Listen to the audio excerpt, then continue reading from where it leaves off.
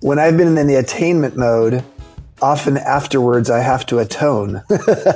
So attain leads to atone, and attune leads to at one. And maybe it's partly because I'm a Scorpio with my sun sign that I like the idea of regeneration and being able to rise above. Midway between 18 and 90 is 54. So at age 52, I was like, Jesus, I'm not even halfway through my adult life. In the Hindu system of developmental psychology, they break it into 4 phases: yes. Child, student, householder, and forest dweller. I'm at my forest dweller era. Yep. Hello and welcome to the Big Leap podcast, everybody. I'm very excited about this episode today because Mike and I are interviewing someone who's one of my heroes and one of Mike's heroes, and someone whose wisdom I respect enormously, Chip Conley.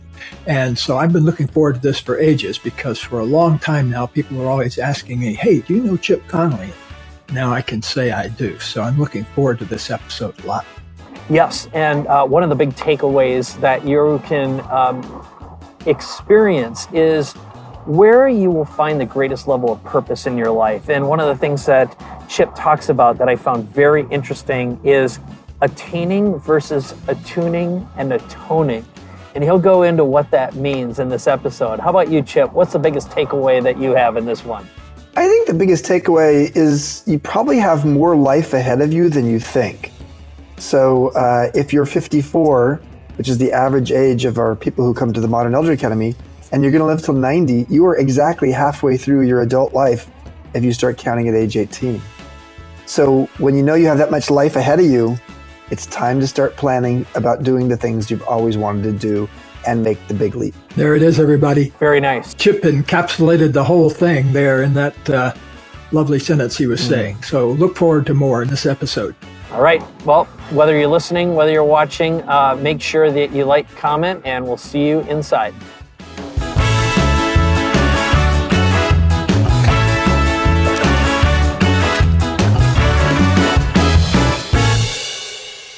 Hey, this is Mike Koenigs. I am here live in Baja, Mexico, actually very, very close to Chip Conley's Modern Elder Academy with the one and the only Chip Conley.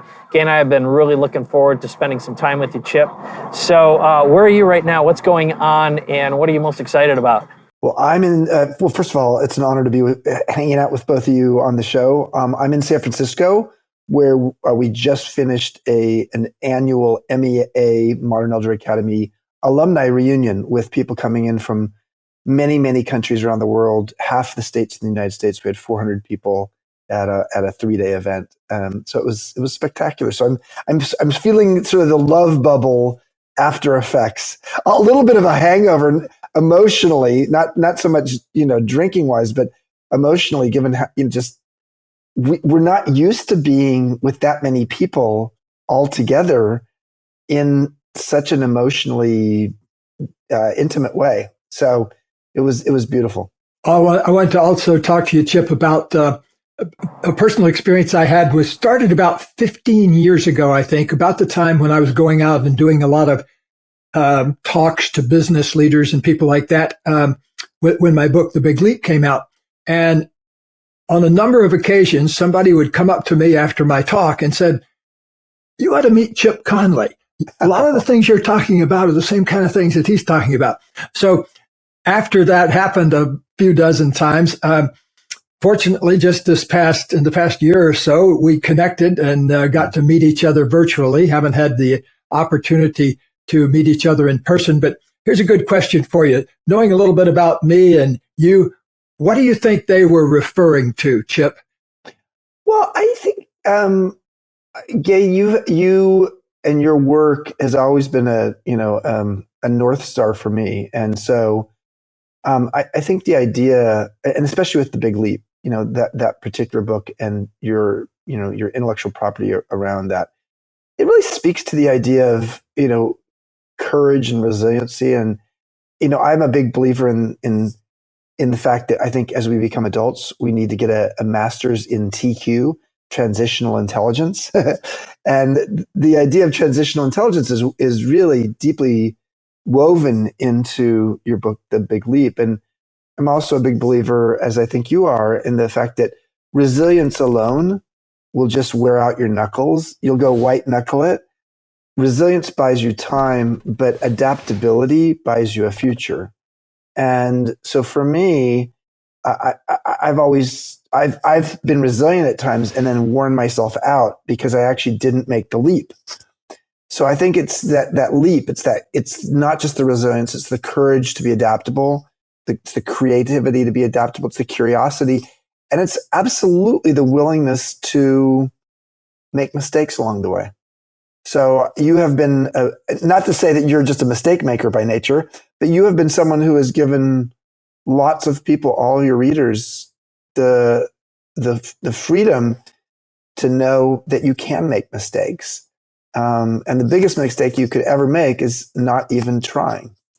Speaking of trying, where did you and in what project or what stage of your life did you go from trying to letting things happen in a more effortless way? Yeah. So what I like to call moving from attaining to attuning. When I've been in the attainment mode, often afterwards I have to atone because you know what I'm talking about. You're sort of like, you're so focused on your own selfish desires and needs that you may have sharp elbows. And when you're in the attunement mode, you're at one. So attain leads to atone and attune leads to at one. I believe that for 24 years, I was the founder and CEO of a boutique hotel company called Joie de Vivre.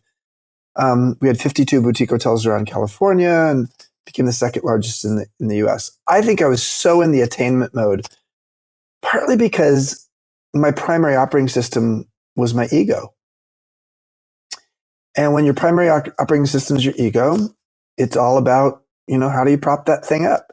How do you make it feel good? And I think what's happened to me, and that was really up till about age 50. And both Carl Jung and Richard Rohr have both said, the primary operating system for the first half of your life is your ego. And for the second half of your life, it's your soul. But no one tells you around midlife that there's going to be an operating system change. And sometimes you just go through a lot of circumstances that are challenging. And it's when you get introduced to that dark night of the soul that you start to realize that there's a different way of operating.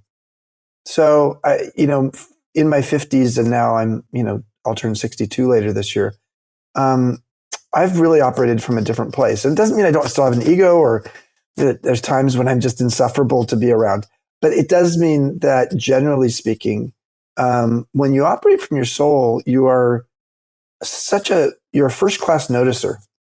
And you notice everything around you, the people around you, what's going on inside of you, the energy of the field. And that's where I operate from today, most of the time.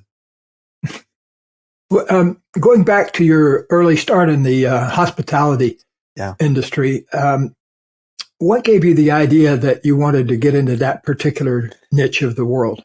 Well, I went to Stanford undergrad. I went to Stanford Business School straight out of undergrad. So I graduated with an MBA from Stanford at age 23, which is sort of unheard of. And I was, precocious and attain. And I went to work for a real estate developer in San Francisco, and I was bored. I mean, I enjoyed it a little bit, but I was more than anything, it wasn't creative enough for me. So I was in the mid 1980s curious about hospitality, and boutique hotels were a part of the hospitality business that was just getting off the ground. And I said, I wanted to buy a boutique hotel. And everybody in my family, everybody, my friends, people I went to business school with, they're like, are you kidding me? You're 25 years old. Like, what the hell are you doing? And so on my 26th birthday, I finished a business plan, and within 2 months I'd closed escrow, and I didn't have a lot of money. Let's be clear about that too. I'm from a very middle-class family, not a lot of money. I had to go raise money. I bought a broken down motel in a bad neighborhood in San Francisco on a land lease that was in bankruptcy. And it was got a 40-year land lease. And I bought that for $800,000 on an acre of land. Now, can you imagine, like $800,000, you can't even buy a condo in San Francisco today. But I bought a 44-room motel on an acre of land with a relatively inexpensive land lease. And, almost 40 years later, I still have that hotel. But that's what led me. And I had to learn the hard way. I had to learn about hotels. I was in a tough neighborhood. I learned about, why we were not going to charge hourly rates anymore because the people who were running it before were charging hourly rates. And I didn't quite get what that kind of business was. Long story short is I called it the Phoenix, the mythological bird rising from its own ashes. And and maybe it's partly because I'm a Scorpio with my sun sign that I like the idea of regeneration and being able to rise above. And in fact, the mythological bird, the Phoenix, is the city bird for the city of San Francisco because of the earthquake and fire in 1906. By contrast, if I took a quiz about the 500 industries that I'd want to be in, I think hospitality would be way down at the bottom, about 498, just because of my. And same thing with restaurant energy. I have a friend who owns a restaurant, and actually they own 10 of them. And the labor things that go on in that would just drive me mad, I think. I've structured my life so I have one super high paid assistant and about half a dozen people that she runs, so that's about as much close to administration as I want to get. But what's beautiful about that, Gay, is it's given you the time and space in your life to think big thoughts and to not get mired down into operations.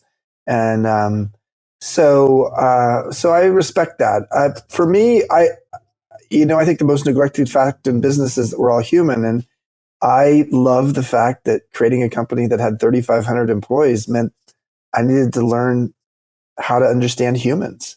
And it's very frustrating at times, but it's also incredibly rewarding. And I think my biggest disappointment from moving from the traditional hospitality industry into some other things was that I missed all the people. But I actually went from that to actually becoming the mentor for the 3 founders of Airbnb when they had this little tech startup that nobody had ever heard of. And that was a very different form of hospitality, Airbnb, but it's now the most, by far the most valuable hospitality company in the world. So it was a fascinating 10 years of helping them. That was another interesting phase of your life too, that when you were running, I don't know if folks know this, but Chip used to run Airbnb, and you were in a situation where you were maybe twice as old as some of the people that you were working with. And that's a common problem people are talking to me about these days, is how to interface with millennials and gazillennials and all the other different terms that people are in. And how did you find yourself dealing with all that? It's interesting. Within the first, I was 52 when I joined. Average age in the company was 26. The 3 founders were, like my son's ages. And what about a month into it, what they said to me is, Chip, we hired you for your knowledge to basically help run this company, and I was running it with other people too. But I mean, I was the mentor of the founders, and I was full time, and I was the person on the road more than anybody else in the company, traveling the world, growing the company. But what they said is, we hired you for your knowledge, but what you really brought was your wisdom. And Gate, to be honest with you, I had never really thought about the difference between knowledge and wisdom. And sometimes the thing that is wise to a 26-year-old is just obvious to me because I've been surrounded by that kind of thinking and I have familiarity toward it. And that's when they said, Chip, you're our modern elder. And I was like, I don't want to be your modern elder. That sounds really like I'm like 100 years old. And they said, no, a modern elder is as curious as they are wise. So what I would say to you in response to what you've asked is, I was part-time mentor, part-time intern. I joined a tech company at age 52, and I never worked in a tech company, and I'm not particularly proficient with my iPhone, right here. So like to join a tech company and then to be in charge of strategy, in charge of, running the business in many ways. So it required me to be curious. It required me to be humble. It required me to have a beginner's mind. It also required me to just right-size my ego. When you've been the founder and CEO of a company that had 3,500 employees for 24 years, and then you're brought in to sort of be the the guide on the side, not the sage on the stage, you better actually know that your role is to make those three young men who are the founders of this company successful, and to have a sense of legacy around how they build and create a company and how they build their own leadership skills. So it was no longer about Chip. It was about the three of them. And what a beautiful opportunity in my life to feel that. It's sort of what you feel toward your kids or maybe your grandkids, for sure. But to do it in a workplace is so unusual, because the way we've historically had, traditionally had hierarchy in workplaces is the old lead the young, the wisdom goes from old to young. And what I started to realize is like, wow, I am a mentor and an intern. I'm a mentern at the same time. And the wisdom is going both from old to young, but also from young to old. And so I taught them a lot of EQ, emotional intelligence, and they taught me a lot of DQ, digital intelligence. Mm. Yeah, I think the emotional intelligence part is really something, because I've had the opportunity to do something similar where I was mentor to young founders of several different startups. And some of the most basic things that you learn, like in your 30s and 40s, if you haven't learned them yet and you're 25 years old and you suddenly find yourself worth $100 million, that can really put a crimp in somebody's life. And so, yeah, you have to really grow that emotional intelligence at the same time.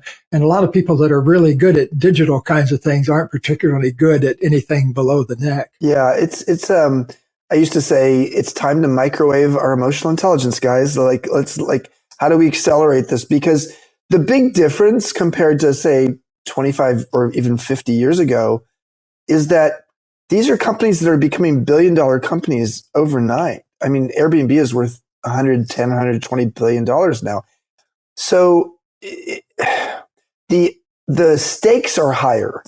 I mean, this is why some of these, there's a lot of films are coming out right now, like about Uber and WeWork and Theranos, telling basically the story of these young founders who could have used a little bit more emotional intelligence. They could have used a modern elder by their side. I'm very proud of the fact that there's been no hit piece on Airbnb in terms of a docuseries like that. But I think, the key, though, is for them to be as curious about what I can teach them as I am curious about what they can teach me. And that is really the future of intergenerational collaboration in the workplace, because we have 5 generations in the workplace for the very first time in history. I've not thought about that. Mike, how are things down in Mexico? Chime in here. Yeah, well, I've got a couple things. So I'm going to create a little context here. So at this moment, I'm in Todos Santos, just a couple minutes away from MEA, Modern Elder Academy, which I'm going to frame in an interesting way. The first time we met Chip was through Yannick Silver.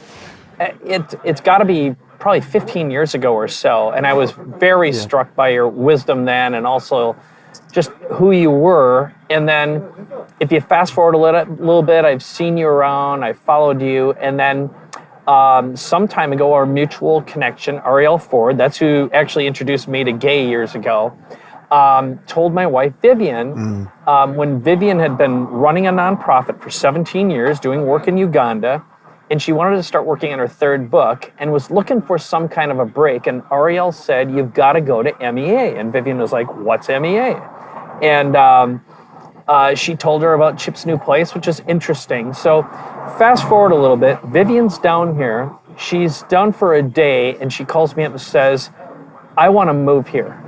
And I'm like, and my answer to Vivian is always, whatever you want, honey. The answer is always yes, because her instincts are fantastic. So if you fast forward, it's a little over a year now. We bought 3.5 acres, pretty much right next door to MEA. And this is such a profoundly beautiful, sacred place. But what I want to ask you is, so you go from the hotel business to the high-tech hotel business in a way. And then you move to Yes. MEA, Modern Elder Academy, where the best way I can describe it is if and when you're at a place of transition, you really desire to reinvent and connect on a soul level and really rethink who you are, what you want to do, and what the next part of your life's all about.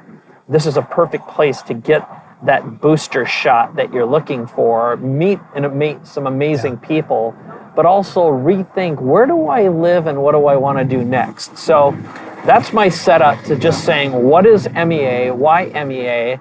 What motivated you to come to Todos Santos of all places? Yeah.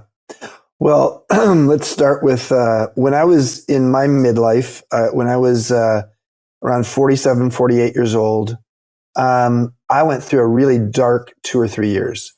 And I also lost 5 friends, all men in midlife, to suicide, unfortunately. So, note to self, midlife is a challenging period. I ended up having a flatline experience. I died 9 times over 90 minutes because of a allergic reaction to an antibiotic I was on because of a broken ankle and a septic leg. So, long story short is, looking back at that period, I was like, okay, how am I going to, what do I have available to me? And luckily, my best friend was a leadership coach and life coach, and she helped me for a couple of years. And I ultimately sold my company, and I just came out of that period and then went into the Airbnb period. And then I'm at Airbnb, and I'm now feels like the old guy there for sure at age 52, and realize, okay, they're calling me the modern elder. And I did some math. I said, listen, if I live till age 90, which I think is very likely, both my parents are literally on a 6-week trip around the world right now. They're 84 years old. So I'm probably going to live till 90. And if I am 52 and I look at adulthood being the period from 18 till when I die, midway between 18 and 90, if I live to 90, is 54. So at age 52, I was like, Jesus, I mean, I'm not even halfway through my adult life at 52 when I joined Airbnb. And that's what really led me to when I took some time from working full time to just becoming a strategic advisor to the founders. That's when I started writing my 5th book, which is called Wisdom at Work, The Making of a Modern Elder. And in writing that book, I went on a run on the beach. And so, yes, why Todos Santos, why Pescadero, why Southern Baja? Well, I had some friends who had lived down there. I loved visiting them. I just liked the energy of the place. And I loved the fact that, how many places do you have farmland? And you've bought some farmland next to tropical, next to desert, next to ocean. And then you have about a 15-minute drive to the mountains, 7,000 foot tall mountains. All of that's right there in a very rural place with the most spectacular food. I mean, just it's a food culture. So I went for a run on the beach while I was writing my book at my home there, and I had a Baja aha. I had an epiphany one day, and my Baja aha is, why do we not have midlife wisdom schools? Why don't we have a place where people go to reimagine the second half of their adult life? So that's my answer to you, Mike. That is. You found a sweet spot there, it sounds like. Yeah. Sweet spot physically, and I think also in terms of the idea of what is there, the fact that there's a need for this, the fact that this is not just a retreat center. I was on the board of the Esalen Institute for 10 years, and I've taught there for 15 years now. And I love Esalen. And Esalen has wonderful teachers there. Gay, you've probably taught there before. What a spectacular location. But Esalen doesn't have a curriculum. It actually brings in wonderful teachers, and then the teachers run their program. So we have a curriculum, and it's a curriculum that is based upon long life living. And long life living, but also long life learning, such that how do you create a life that's as deep and meaningful as it is long? And so there's a real curriculum that we've conspired with Harvard, Stanford, Yale, and UC Berkeley professors to develop a program that helps people to reframe their relationship with aging, and up their purpose and shift their mindset from a fixed to a growth mindset, and build that TQ, that transitional intelligence, as well as their sense of regeneration. It's one thing that I notice is a lot of the people who come to MEA want to become faculty on top of it. They're so inspired by the vision and the mission that you've declared that they sink into it quickly, which leads me to question 2, which is, think about pre-lockdown, post-lockdown. What did you find the biggest challenges, the inspirations that people came to MEA with in their lives, and then what they walk away with versus post-lockdown? What are you seeing people entering with in terms of what's on their mind and what they leave with right now? And I know it's kind of early in terms of post-lockdown, but I'm curious what your response would be. Yeah. Well, there's a guy named Dr. Phil Pizzo. He ran Stanford Medical Center for many years. He created the Stanford Distinguished Careers Institute as well. And in his research, he's shown that the 3 things that are most important to people foundationally after age 50 are purpose, wellness, and community. I would say that what people were looking for before they joined MEA, when they came to MEA, was often a combination of purpose and wellness. So it was like they wanted to be flourishing. And so flourishing in their career, flourishing in their health, flourishing in their relationship with aging. And what I think has been most evident to me is post or coming out of the people are exceptionally focused on community. Yes, wellness and community. So it's like social wellness. Yes, community and purpose. So it's like generativity, like but community is sort of at the core. And I think that's partly because that the 2 years of being separate from each other has created, a deep desire for the IRL experience, the in real life experience. We have been on URL, on Zoom and other forms of seeing each other, but we haven't had enough time to have that, that intimacy experience in person. Now we do have, we have a purpose course in MEA Online.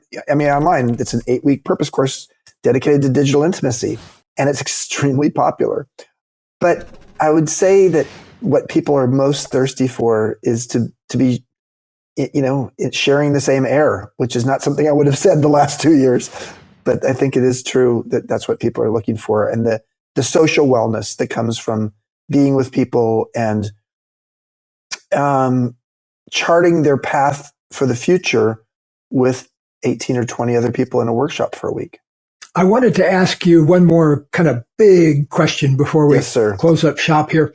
And drawing on your wisdom now from all the different experiences you had, could you crystallize 1 or 2 or 3 things that people should keep focused on, no matter what their generational experience is, to make their workplace a conscious one? Well, first of all, aligning purpose, the purpose of an organization and the people within the organization, and giving the people in the organization the ability to feel like their fingerprints are all over the culture, as well as the philanthropy. I mean, I think that's a critical one. I think, yes, one of the things that's really interesting, one of the issues of the Great Resignation is that people have not felt like they're engaged or cared about by the people who they work with, especially the leaders in the organization. So I think aligning purpose is key. But I also have another perspective on that when it comes to purpose, is I think in Western culture, especially in the United States, we tend to get very possessive of our purpose. We almost think of our purpose as like a possession. It's like, oh my God, all my friends have purpose, but I don't have a purpose. The number one thing to do when it comes to purpose is, you can't have the noun purpose if you don't do the verb, be purposeful. So start with what in your life, whether it's in the organization you work for, or whether it's in the rest of your life, what would give you a sense of purpose? At what could you be purposeful? Because being purposeful, the verb, is the breadcrumbs that take you to the noun being the possession of purpose. And so I think, companies need to get smarter at this, but we as individuals need to get less worked up about, do I have a purpose or not?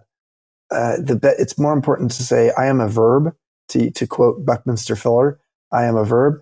And I think to be purposeful is the key. And I think when you ask people at what you can be purposeful, it's an easier question to answer than what is your purpose, which is a question that freaks people out sometimes. Yeah.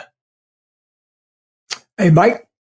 Okay, here's my last big question. That was awesome, by the way. That was very, very powerful. So I'm curious right now, you've hit your 60s. I'm curious, who or what do you look for your inspiration, your direction, your insights, and your wisdom? So I look for my insights and my wisdom in nature. From my dog, we go for a 3-hour walk 3 times a week called Spying on the Divine. That's what I call it. So yes, I get it from Richard Rohr. I get it from Lynn Twist. I get it from Michael Franti. These are my friends. These are people who are, guest faculty at MEA. But I would say my most important teacher is nature. And what's beautiful about being down in Baja and also in Santa Fe, because we're opening 2 campuses in Santa Fe, New Mexico, is there's a lot of nature there. And nature will teach you interdependency and resilience. Nature will teach you so much if you are open to learning. So I think my greatest teachers, in the era that we live in, especially when nature and the earth is, in some level of peril, is I look to nature and wildlife as my ultimate teachers. In the Hindu system of developmental psychology, they break it into 4 phases: Yes. Child, student, householder, and forest dweller. Yes, you're a perfect example of a forest dweller. I'm at my forest dweller era. Yep. Yeah, me too. It's a good era. I come out of the forest and deliver little bits of things and then go back into the forest again. And well, you live in a beautiful place as well, Gay. So it's let's just hope for not a big fire season this year. That's the key. All right, great being with you. Many blessings to you, Mike. You want to kind of wrap things up for us? I sure will. Well, first of all, Chip, this has been awesome. And what I'm going to just tell everyone, first of all, I will say if you want to learn more about what Chip's up to, go to chipconley.com. There you can learn more about his books, his bio, et cetera, et cetera. And check out modernelderacademy.com also. That's a great place to learn about what he's doing right now. You'll see the curriculum. And maybe we'll see each other down here because we're just a couple blocks away, less than a 5-minute walk away. Where we bought a giant strawberry field that we're developing and turning into our home. So anything else that you want to add, Chip, in terms of your ask or where people should go to learn more about you and to follow you? Yeah, I think the only other thing I would say is I have a daily blog and it's called Wisdom Well. And Gay, I would welcome you to write a guest post if you ever want to write a guest post. It's a daily blog called Wisdom Well. It's on the Modern Elder Academy website, but you could also just Google Wisdom Well Chip Conley and subscribe. It's for free, and you get a little microdose of wisdom every morning from me or one of our guest bloggers. I just had a wild idea. I think I may go into competition with you and create a Conscious Codger Academy. Conscious Codger Academy. I love it. Well, there you go. That's how I described myself a while back, as a conscious codger. I don't know where else to go with that. Well, thank you. Thanks a lot. Thanks a lot for joining us today. Thank you. Yeah. Thank you, Chip. All right. And for everyone, if you enjoyed this episode, make sure that you post, comment, and you can always reach out to Gay and me at bigleapodcast.com. So thanks again for listening or watching. Bye-bye.